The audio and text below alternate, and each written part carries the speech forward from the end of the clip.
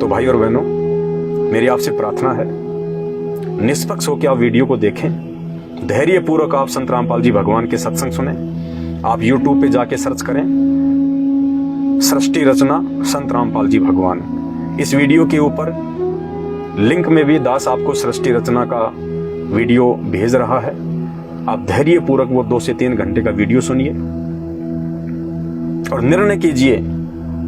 देखो, ये social media जो परमेश्वर ने हमें दी है ना, ये समाज को बिगाड़ने के लिए नहीं दी। जिस प्रकार से आज लोग तरह तरह के वीडियो बना के, उल्टे सीधे वीडियो बना के, मात्र चंद पैसों के लिए, पब्लिसिटी के लिए महंगे महंगे मोबाइल लाके, महंगे महंगे कैमरा लाके सारा दिन गलियों में भटकते रहते हैं। क्या सूचना मिले, क्या देखने को मिले, कब कोई एक्सीडेंट हो, हम उसका वीडियो बना के डालें, 2 पैसे हमारे को यूट्यूब से मिले। वो केवल आपका समय और पैसा बर्बाद कर रहे हैं। उन वीडियो को देखने से आपको कुछ हासिल नहीं होगा। और ये वीडियो जो आप देखने जा रहे हैं, जो आप देख रहे हैं, इस वीडियो से आपको सही जानकारी मिलेगी, मिल रही है। परमात्मा धरती पे आया हुआ है, भूल ना करें। आपका एक एक श्वास 1-1 करोड़ रुपए का, 1-1 करोड़ का 1-1 श्वास, क्योंकि हमारा जो मानव शरीर है ना, इस श्वासों पे टिका हुआ है। जितनी श्वासें भगवान ने हमारे को गिन के दी हैं, तब तक ही हमारा शरीर रहेगा। बाकी आप चाहे पहलवान हैं, चाहे आप कोई बॉडीगार्ड हैं, चाहे आप राष्ट्रपति हैं, आप प्रधानमंत्री हैं, आप एक सामान्य व्यक्ति हैं, जिस दिन आपकी श्वासें पूरी हो जाएंगी, उसी दिन आपके शरीर को गाड़ दिया जाएगा या फिर इसको अग्नि में स्वाह कर दिया जाएगा, जला दिया जाएगा। इस शरीर की कोई वैल्यू नहीं है। इस शरीर की केवल एक ही वैल्यू है कि जब तक इसमें श्वास है, तब तक हम शुभ कर्म कर सकते हैं, भगवान की साधना कर सकते हैं। और भगवान बिना गुरु के नहीं मिलता। श्री रामचंद्र जी आए, श्री कृष्ण जी आए, जिनको आप 3 लोक के भगवान कहते हैं, और हैं भी वो 3 लोक के भगवान, क्योंकि वो कंप्लीट गॉड नहीं है। वो सभी लोकों के भगवान नहीं है, केवल 3 लोक के भगवान हैं। उनको भी यहां आके भक्ति करने के लिए गुरु धारण करना पड़ा। श्री रामचंद्र जी ने वशिष्ठ को अपना गुरु बनाया, श्री कृष्ण जी ने दुर्वासा ऋषि को अपना गुरु बनाया, और उन गुरुओं ने उनको साधना बताई, उनको मंत्र बताए, और उनकी आज्ञा में रह के वो अपनी भक्ति किया करते थे। 33 करोड़ देवी देवताओं ने भी अपना गुरु बना रखा है भक्ति के लिए। उनको भी ज्ञान है इस बात का कि बिना गुरु के ज्ञान नहीं, और ज्ञान बिना भक्ति नहीं, और भक्ति बिना मुक्ति नहीं। बृहस्पति जी को 33 करोड़ देवी देवताओं ने भी अपना गुरु बना रखा है। अरे और तो और राक्षसों ने भी अपना गुरु बना रखा है, शुक्राचार्य। उनको भी इस बात का ज्ञान है कि बिना भक्ति के हमारे अंदर शक्ति नहीं आ सकती, और बिना शक्ति के हम देवताओं से युद्ध नहीं कर सकते। आप और हम इंसानों से तो राक्षस भी समझदार हैं, उन्होंने भी अपने गुरु बना रखे हैं। और कोई भी कार्य, आध्यात्मिक तो छोड़िए, सांसारिक कोई भी कार्य बिना गुरु के हम नहीं सीख सकते, सफल नहीं हो सकते। एक बच्चे को भी यदि हम नौकरी लगाना चाहेंगे, डॉक्टर बनाना चाहेंगे, इंजीनियर बनाना चाहेंगे, उसको भी एक टीचर की जरूरत पड़ती है, एक गुरु की जरूरत पड़ती है। किसी को अगर बाल काटना सीखना है तो उसको भी एक गुरु बनाना पड़ेगा। तो बिना गुरु के ना तो आध्यात्मिक कार्य सफल हो सकते, न सांसारिक कार्य सफल हो सकते। और वर्तमान में हमें मानव जन्म प्राप्त है, और मानव जन्म देने वाला परमात्मा स्वयं सतगुरु रामपाल जी भगवान, उनका वैदिक नाम है कबीर देव। वेदों में उनका कबीर देव नाम है। वो कबीर परमात्मा आज संत रामपाल जी के रूप में धरती पे प्रकट है। देखिए, हम विष्णु जी को भगवान कहते हैं, तो विष्णु जी जब चाहे वो प्रकट हो सकते हैं यहाँ पे, अपने लेवल का काम वो कर सकते हैं। श्री विष्णु जी त्रेता में आए रामचंद्र रूप में, द्वापर में आए श्री कृष्ण जी रूप में, और लाखों साल बाद कल्कि के रूप में आएंगे। ऐसे ही वो कबीर परमात्मा जब चाहे जिस नाम से और जिस रूप से धरती पे आ सकता है। तो वर्तमान में वो कबीर परमात्मा, वो सारी सृष्टि का भगवान, वो रचनहार, जिसने सभी जीवों की उत्पत्ति की है, सभी का पालन पोषण कर रहा है। आप तो मेहनत मजदूरी करके सोचते हैं कि खा रहा हूं, बच्चे पाल रहा हूं। एक हाथी जितना आप एक महीने में नहीं खाते, उतना एक टाइम खाता है, 40 मण। वो कौन सा काम करता है? उसने कौन सा बिजनेस खोल रखा है? उसका भी परमात्मा पेट भरता है। तो जो सभी जीव जंतुओं का पेट भरता है, ओ पाटी पगड़ा भया जागी जिया जून, सब काहू को देत है वो चोंच समाना चून। जो परमात्मा चींटी को कण और हाथी को मण दे रहा है उसकी आवश्यकता के अनुसार, वो कबीर देव, वो कबीर साहब आज वर्तमान में सतगुरु रामपाल जी भगवान के रूप में भारत देश की पावन धरती हरियाणा में प्रकट हैं 8 सितंबर 1951 से। और 1994 से उस परमेश्वर ने ये आध्यात्मिक जो जंग है वो छेड़ रखी है। हम भूले भटके प्राणियों को, हम भूले भटके प्राणी जो नकली संत और महात्माओं की जो कैद में हैं, अनजाने में हम उनको बहुत बड़े महापुरुष मान रहे हैं, हम उनको ज्ञानी और विद्वान मान रहे हैं। उनको तो भक्ति मार्ग का, आध्यात्मिक मार्ग का, शास्त्रों का कै ख गए भी नहीं पता है। भले ही वो गले में 4 किलो की माला पहन के बैठे हैं, भले वो 4 किलो वजन अपने दाढ़ी और बालों का बढ़ा के बैठे हैं, लेकिन आध्यात्मिक मार्ग में 0/0 हैं। ना वो खुद 84 लाख योनियों में जाने से बच सकते हैं, ना उनके पीछे लगे रहने से आप बच सकते हैं। तो मेरी हाथ जोड़ के विनती है, निष्पक्षता पूर्वक एक बार सिर्फ 1 महीने के लिए आप संत रामपाल जी भगवान के YouTube पे सत्संग सुनिए, या फिर साधना टीवी चैनल पे प्रतिदिन 7:30 बजे से 8:30 बजे तक उनके प्रवचन आते हैं। आप सुनिए, 1 महीने सुनिए आप। और 1 महीने सुनने मात्र से आपको ज्ञान ही नहीं, आपके ऐसे ऐसे बिगड़े हुए काम भी मात्र उनके सत्संग सुनने से सफल हो जाएंगे, जिन कार्यों को आप लाखों रुपया बर्बाद करके भी नहीं सुलझा सकते थे। ये मेरा विश्वास है, क्योंकि मैं सन 2013 से उस पूर्ण परमेश्वर सतगुरु रामपाल जी भगवान की शरण में हूं। तो मैं आपसे विनती कर सकता हूं, जबरदस्ती नहीं कर सकता। मानना या ना मानना ये आपके अपने बुद्धि विवेक पे है। 1 महीने आप उनके सत्संग सुनिए, और विशेषकर सृष्टि रचना जो ऊपर आपको मैसेज में मिल जाएगी, या फिर आप YouTube पे भी सर्च कर सकते हैं, सृष्टि रचना संत रामपाल जी महाराज। समय समय पे दास आपको वीडियो बना के, आप लोग जो कमेंट्स मुझे करते हैं संत रामपाल जी के विषय में, उनका जवाब मैं आपको देता रहूंगा ज्ञान आधार से। और आप भक्ति मार्ग से आप जुड़िए। देखिए, ब्रह्मा विष्णु महेश या 33 करोड़ देवी देवताओं से हमारी कोई यारी नहीं है, आप और हमारी कोई दोस्ती नहीं है। ना हमने देखा, ना हमारे बुजुर्गों ने देखा, फिर भी हम उनको मान रहे हैं। क्यों मान रहे हैं? क्योंकि हम अपने बुजुर्गों से सुनते आए हैं, हमारे बुजुर्ग अपने बुजुर्गों से सुनते आए हैं। हमने केवल देखा देखी में उनको पूर्ण परमात्मा मान लिया, भगवान मान लिया। जिन शास्त्रों में उनकी वास्तविक स्थिति लिखी हुई है, उनकी जानकारी लिखी हुई है कि वे कहां तक के भगवान है, उन शास्त्रों का हमने अध्ययन नहीं किया। और वो अध्ययन ना कर पाने के चलते आज हम देखा देखी में, जिसको लोक वेद कहते हैं, सांप की लकीर पीट रहे हैं। उन शास्त्रों से तो हमें जानकारी हुई। हमारे बुजुर्गों को भी अगर किसी ने बताया होगा ब्रह्मा विष्णु महेश के बारे में, तो उन शास्त्रों से ही बताया होगा। देखा तो वर्तमान के किसी भी व्यक्ति ने नहीं है, ना ब्रह्मा को, ना विष्णु को, ना महेश को, ना राम को, ना कृष्ण को, ना 33 करोड़ देवी देवताओं को। तो शास्त्रों से ही जानकारी हुई। तो संत रामपाल जी उन्हीं शास्त्रों से आपको खोल खोल के ब्रह्मा विष्णु महेश जी, और केवल हिंदू धर्म की नहीं, मुसलमान धर्म की, जैन धर्म की, बौद्ध धर्म की, सिख धर्म की, ईसाई धर्म की, हर धर्म के धर्म ग्रंथ और उनके महापुरुषों की जानकारी दे रहे हैं कि उनको कहां तक का ज्ञान था। और उनके द्वारा बताई गई साधना यदि आप वर्तमान में कर रहे हो तो आपको क्या मिलेगा। आज अमूमन 90% समाज भक्ति करता है, चाहे वो किसी भी धर्म और जाति से जुड़ा है, फिर भी वो दुखी है, परेशान है। हम सभी देवी देवताओं की भक्ति करते हैं, फिर भी हम दुखी हैं। क्यों? या तो वो देवी देवता गलत है, या फिर हमारी भक्ति गलत है। तो वो देवी देवता गलत नहीं है, वो अपनी जगह ठीक है, लेकिन इन नकली संतों ने, नकली गुरुओं ने इस तत्व ज्ञान के अभाव में, क्योंकि शास्त्रों को समझना कोई बच्चों का काम नहीं है। ये शास्त्र वही समझ सकता है जिसने शास्त्र लिखवाए हैं। पूर्ण परमात्मा संत रामपाल जी भगवान, कबीर देव, वही इन शास्त्रों को वर्तमान में ठीक ठीक समझा सकता है। तो आप संत रामपाल जी के द्वारा जो सत्संग किए गए हैं, शास्त्रों को दिखा दिखा के। दुनिया के पहले संत हैं जिन्होंने सभी धर्मों के सभी सर्वशास्त्रों को टीवी चैनलों पे वीडियो के माध्यम से सार्वजनिक किया है।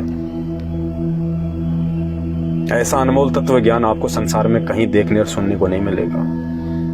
तो सिर्फ 1 महीना आप संत रामपाल जी के सत्संग सुनिएगा, वरना ये मानव जीवन अगर एक बार आपके हाथ से छूट गए ना, घर वाले तो आपको लकड़ियां इकट्ठी करके आपको जला के या दफना के आ जाएंगे, कोई याद नहीं करेगा आपको, कोई याद नहीं करेगा।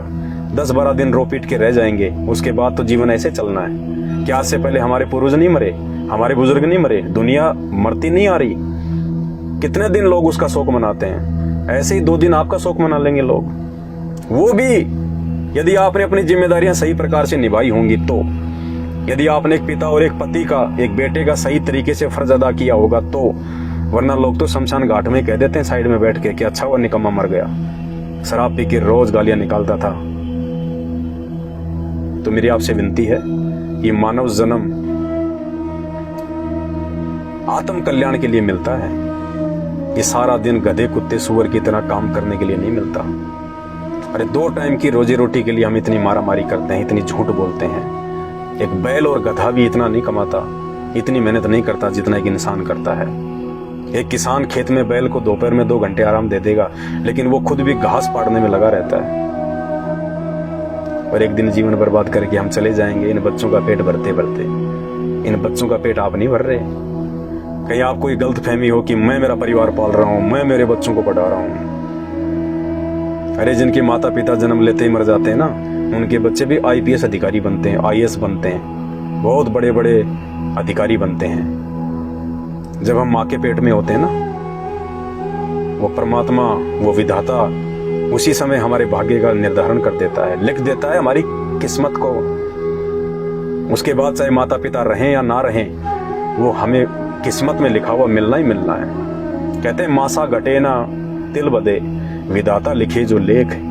माँ के गर्भ में वो विधाता, वो कबीर देव संत रामपाल जी भगवान जो लेख लिख देता है कि तेरी 60 साल की उम्र होगी, तेरे इतने बच्चे होंगे, तेरे पास इतनी संपत्ति होगी, उस समय तेरी मृत्यु होगी, तेरे जीवन में इतने सुख और इतने दुख आएंगे। कहते उस विधाता के द्वारा लिखे गए लेखों को कोई मेट नहीं सकता। मासा घटे न तिल बदे, विधाता लिखे जो लेख। सच्चा सतगुरु मेट कर ऊपर मारे मेख। सच्चा सतगुरु ही उन लेखों को मिटा सकता है।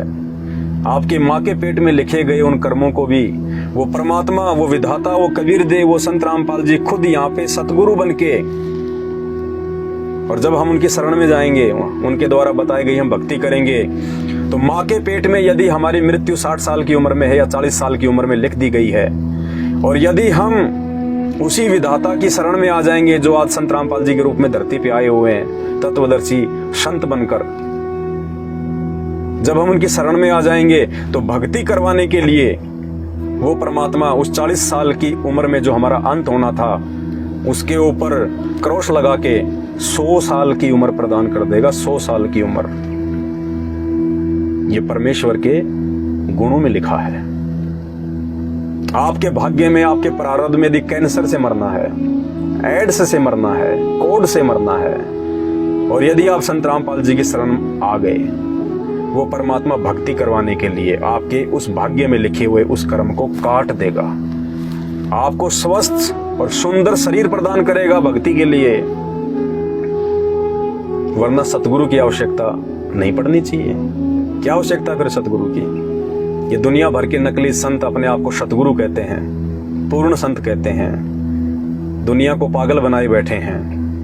और जब उनके भगत उनके सामने रोते हैं जाके कि महाराज जी 40 साल से कैंसर ठीक नहीं हो रहा है, तो महाराज कहता है कि 30 साल से तो मैं भी भोग रहा हूं भाई, ये तो भोगने पड़ेंगे, तो अपने कर्मों के फल हैं। अरे जब ये कर्मों के फल भोगने ही हैं तो फिर भक्ति की जरूरत क्या है? फिर क्यों 33 करोड़ देव देवताओं को पूजें, क्यों राम को पूजें, क्यों हम श्री कृष्ण जी को पूजें? जब वो कर्मों के फल भोगने ही हैं तो भक्ति करने की आवश्यकता क्या है? भक्ति क्यों की जाती है? वो कर्मों के फल काटने के लिए, कटवाने के लिए, कि हमारे भाग्य में, हमारे भविष्य में यदि कोई संकट हो, कोई परेशानी हो, तो परमात्मा वो टले, इसलिए भक्ति की जाती है। 2-2 घंटे लोग बैठते हैं, घंटियां बजाते हैं, आरतियां करते हैं, और जब वो नकली संत कह देते हैं कि ये तो कर्म तो भोगना ही पड़ेगा, तो बताइए भक्ति करने की इच्छा बनेगी? कोई मूर्ख होगा जो भक्ति करेगा। तो भक्ति से कर्मों के जो प्रारब्ध में हमारे जो कर्म होते हैं और उनके फल हमें जो भोगने होते हैं, उन कर्मों को भक्ति से काटा जा सकता है यदि आपका गुरु सच्चा है तो। और आज वर्तमान में पूरे विश्व में, पूरे संसार में संत रामपाल जी के अलावा कोई भी पूर्ण संत नहीं है, कोई भी तत्वदर्शी संत नहीं है, क्योंकि परमात्मा स्वयं ही तत्वदर्शी संत की भूमिका करता है। दूसरा कोई गुरु हो ही नहीं सकता। बाकी सब नकली हैं, अज्ञानी हैं, जो आपके भाग्य में लिखे हुए उन कर्मों को नहीं काट सकते। अगर आपको कैंसर से मरना है तो आप मरोगे, चाहे आप किसी भी पंथ और संत से आप जुड़े हैं। अगर 40 साल की उम्र में आपकी मृत्यु का योग है तो आप मरोगे, चाहे आप कितना भी जंत्र मंत्र और तंत्र आप करवा लीजिएगा। और आप संत रामपाल जी के 1 महीने सत्संग सुन के आप उनकी शरण में आइए। अगर किसी ज्योतिष ने आपको कह रखा कि भैया 40 साल बाद तेरी उम्र नहीं है, तू मरेगा, वो ज्योतिष की बात फैल ना हो जाए तो हमारे मुंह पे थूक देना।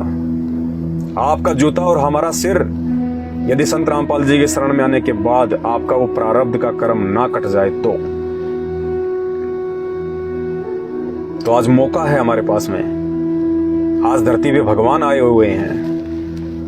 श्री राम और श्री कृष्ण जी की भक्ति करने से, उनकी आरतियां करने से, या कि मुसलमान धर्म में जो भी उनके पीर पैगंबर हैं, या जैन धर्म में महावीर जी हैं, या बौद्ध धर्म में महात्मा बुद्ध जी हैं, उनकी भक्ति करने से, उनकी आरतियां करने से, उनके द्वारा बताई गई साधना करने से आपके कर्मों के बंधन नहीं कट सकते, 100% नहीं कट सकते, क्योंकि ये खुद अपने नहीं काट पाए।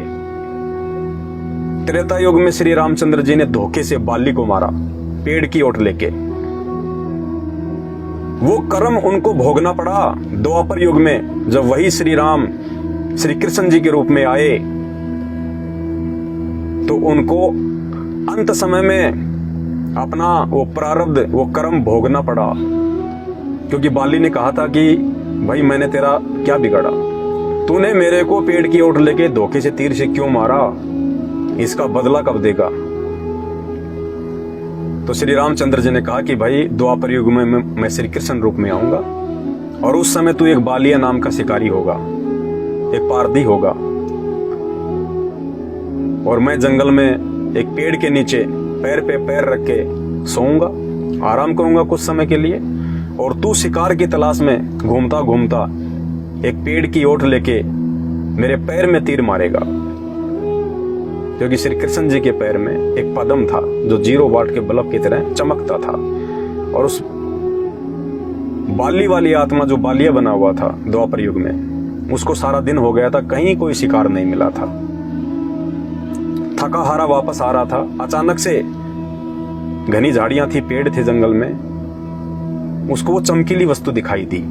उसने सोचा ये किसी हिरण की आंख है जो चमक रही है, सारा दिन हो गया शिकार मिला नहीं है, अगर आवाज करूंगा तो कहीं भाग ना जाए। उसने हिरण की आंख समझ के श्री कृष्ण जी के पैर में उस पद्म में तीर मार दिया, जहरीला तीर था वो, और वहीं श्री कृष्ण जी की तड़प तड़प कर मृत्यु हुई। तो जब श्री रामचंद्र जी यानी श्री विष्णु भगवान खुद अपना वो प्रारब्ध का वो कर्म नहीं काट सके, मृत्यु का बदला मृत्यु, तो बताइए श्री राम की भक्ति करने से या श्री कृष्ण की भक्ति करने से या विष्णु जी की भक्ति करने से हमारे कर्म कैसे कटेंगे भाई? ये तो हमारी आंखों के सामने प्रत्यक्ष प्रमाण है। उसके बाद भी यदि हम लोग आंखें नहीं खोलेंगे, कौन से दिन खोलेंगे? वो प्रारब्ध के कर्म काटने के लिए आज पूर्ण परमात्मा कबीर देव संत रामपाल जी भगवान के रूप में आए हुए हैं। सत्संग सुनिए, अपना आत्म कल्याण करवाइए। ये मौका बार बार नहीं मिलेगा। ये कमेंट्स में आप जितने मर्जी गालियां दे दो, जितने मर्जी उल्टे सीधे बातें बोल दो, कोई बात नहीं, लेकिन एक एक श्वास का लेखा वो परमात्मा ले रहा है, छोड़ेगा नहीं धर्मराज। तो बचना है तो आज बच सकते हो, आगे मौका नहीं मिलेगा। तो मेरी केवल हाथ जोड़ के विनती है अपने आत्म कल्याण के लिए। देखो मेरा इसमें कोई भला नहीं है, ना मुझे YouTube से कोई पैसा मिल रहा है ये वीडियो बनाने का, ना आप मुझे कोई पेंशन देने वाले। यदि मैं आपको एक अच्छा मार्ग दिखा रहा हूं, एक अच्छा रास्ता यदि मैं आपको बता रहा हूं, तो आपको विचार करना चाहिए। समझदार व्यक्ति वही होता है जो विचार करे कि ये व्यक्ति ऐसा क्यों बोल रहा है, क्या इसके द्वारा बोले गए शब्दों में कोई दमखम भी है या नहीं है। आपको उसकी जांच करनी चाहिए। आपको संत रामपाल जी के सत्संग सुनने चाहिए। जैसे कोई व्यक्ति रास्ते रास्ते जा रहा है और कोई राम रमी करे, बोले भाई कहाँ जा रहे हो, बोले भैया मैं दिल्ली जा रहा हूँ, और जा रहा है वो जयपुर की तरफ, और वो आदमी कहते कि भाई तेरा तो रास्ता गलत है, तेरे को तो किसी ने गलत रास्ता बता दिया, दिल्ली तो इस तरफ है, उत्तर दिशा की ओर, तू तो दक्षिण में जा रहा है जयपुर की तरफ।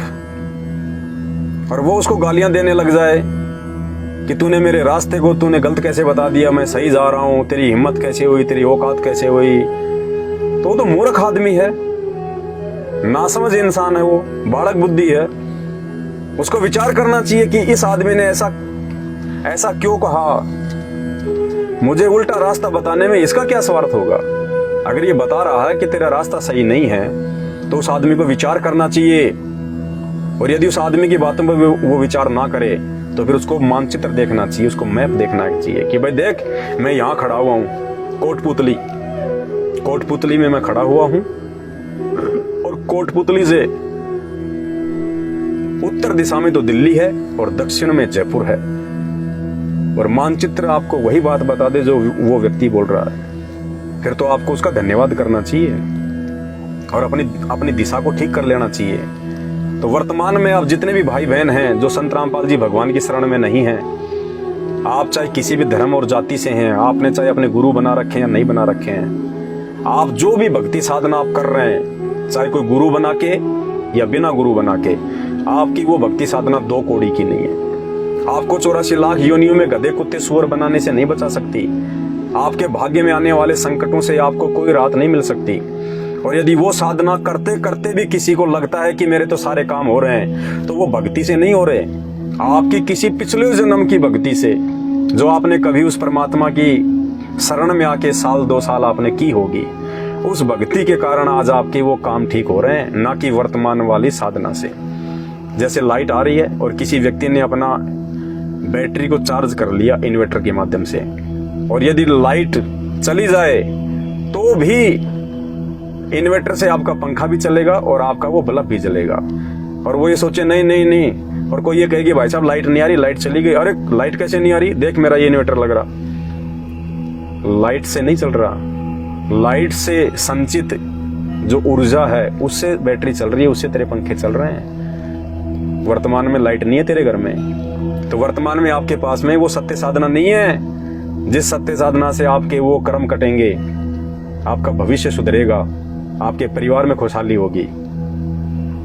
आपका कनेक्शन डिस्कनेक्ट है क्योंकि आपको पूर्ण संत नहीं मिला हुआ, आपको नकली संत मिले हुए हैं। आप मनमुखी रूप से साधना कर रहे हैं और वर्तमान में आपको जो सुख हो रहे हैं, आपके घर में जो कार कोठियां बंगले जो फैक्ट्रियां चल रही हैं, आप जो मंत्री प्रधानमंत्री बने हुए हैं, और यदि आप संत रामपाल जी की शरण में नहीं हैं तो 101% आपकी बैटरी से आपके काम हो रहे हैं। आपके घर में कनेक्शन नहीं है, आपके घर में भक्ति नहीं है, आपके ऊपर भगवान का आशीर्वाद नहीं है।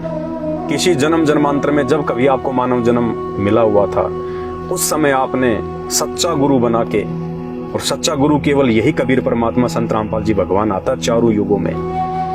आपने कभी न कभी इस परमात्मा की 6 महीने 2 साल 4 साल भक्ति की हुई है।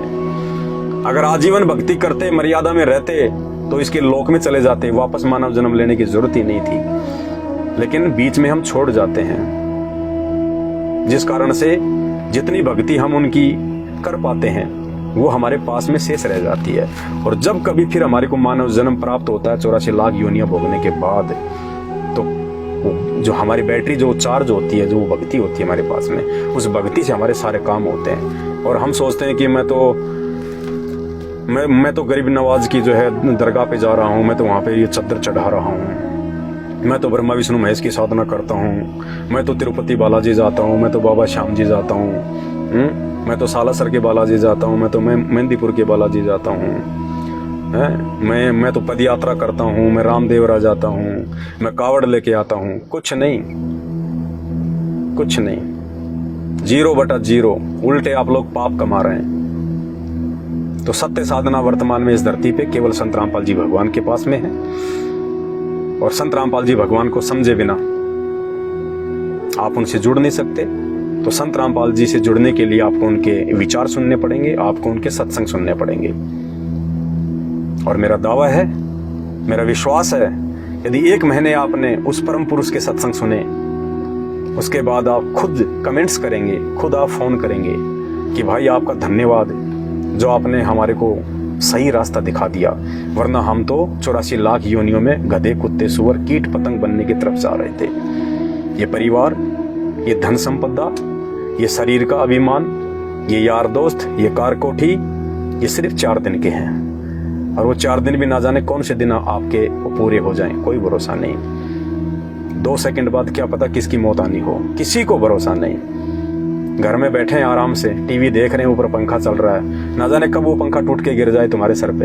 है कोई भरोसा इस जीवन का? मिट्टी का शरीर है, मिट्टी का शरीर। जितनी श्वासें भगवान ने दे रखी हैं, जिस दिन पूरी हो जाएंगी छीन लेगा। ना तुम्हारे बच्चे बचा पाएंगे, ना तुम्हारे द्वारा जोड़ी गई वो संपत्ति लाखों करोड़ों की तुम्हें बचा पाएगी। एक श्वास भी नहीं देगा धर्मराज, चाहे तुम पूरी धरती की संपदा दे दो उसको, वहां पे जैक और चेक नहीं चलता। उसके बाद जो तुमने कर्म और कुकर्म किए हैं बिना संत की शरण, बिना तत्वदर्शी संत की शरण में आए, तुमने उस धन संपदा को जोड़ने के लिए, खुद और अपने परिवार को खुशहाल बनाए रखने के लिए तुमने जितने भी कर्म और कुकर्म किए हैं ना, सबका लेखा लेगा वो। वहां पे वो बेटा बेटी, भाई बंधु, रिश्तेदार, जवाई हमारे पाप कर्म बंटवाने के लिए नहीं आएंगे। जब वो गरम तेल के कढ़ाई में पकौड़े की तरह धर्मराज वो तलेगा, तो यहाँ से बेटा बेटी नहीं जाएंगे कि थोड़ा सा हमारे को तल दो, हमारे बाप को ज्यादा परेशानी हो रही है। खुद के कर्म खुद ने ही भोगने पड़ेंगे। तो उन कर्मों को ना भोगना पड़े और सीधे सीधे आज भगवान धरती पे आया हुआ है, मोक्ष मिल जाए। वर्तमान में भी हमारा जीवन ठीक रहे, किसी प्रकार का कोई कष्ट हमारे परिवार पे ना आए, और शरीर छोड़ने के बाद भी हम परमात्मा के लोक में जाएं, सदा सुखी रहें। उसके लिए आप संत रामपाल जी भगवान के सत्संग सुनिए। और तकरीबन 5000 के आसपास मेरे वीडियो आपको सोशल मीडिया पे मिल जाएंगे। फेसबुक पे मेरा पेज है पवन दास इज लाइव। यूट्यूब पे आप सर्च करें शंका समाधान विद पवन दास, या फिर पवन दास इज लाइव। सत्य साधना से जुड़िए, सत भक्ति से जुड़िए, अपने मानव जीवन को सफल कीजिएगा, वरना ये शरीर बार बार नहीं मिलेगा, ये परमात्मा बार बार नहीं मिलेगा। आज मौका है कि खुद वो वासुदेव धरती पे प्रकट है 8 सितंबर 1951 से, और 8 सितंबर के दिन उस वासुदेव सतगुरु रामपाल जी भगवान का प्रकट दिवस है, प्रकट दिवस। बंदी छोड़ सतगुरु रामपाल जी भगवान की जय हो।